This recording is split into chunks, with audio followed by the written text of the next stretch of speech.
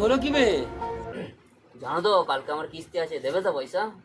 নতুন করে ধান্দা করলাম, দুটো কারিগর নিয়ে এলাম, দুটো কারিগরের কিস্তি 1 তারিখ 5 তারিখ। আবার দুটো কারিগর দেখছি সেখানেও কিস্তি। কোন কিস্তিতে যাবো? ধান্দা বাঁচাবো না কিস্তিতে যাবো রে ভাই? পশ্চিমবাংলার ঘরে ঘরে কিস্তি, ওই জন্যই চটি কাজ করতে এসেছি বোম্বে। দেশে 400 টাকার কাজ হচ্ছে, কিস্তি পড়তে পারছিলাম না। বোম্বে এসে তোমার কাছে কিস্তি পড়তে এসেছি। কারখানা চালাতে হবে না মারা, আবার চলে যাবো অন্য কারখানায়।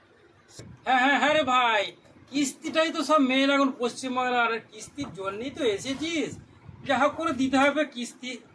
কিস্তির পয়সা না দিলে তার কাজ করবি না, ব্যবসাটা তো উঠে যাবে না। জানো তো কত পয়সা নিবি নে? হ্যাঁ নে নে, কত তোর কত?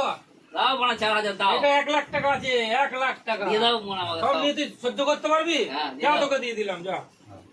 না গো সেট, তোমার সাথে আমি ইয়ার কি করলাম? তুমি তোমার 15 সেট দিন 1000 টাকা করে কাজ দিচ্ছ, তুমি আমার চাঁদ মুখ দিয়ে আমার 15 সেট ওই জন্য- দিতে পারি আমি? ওই জন্যই তো আমি তোদের সাথে ভালোবাসি রে, তোরা বুঝলি না।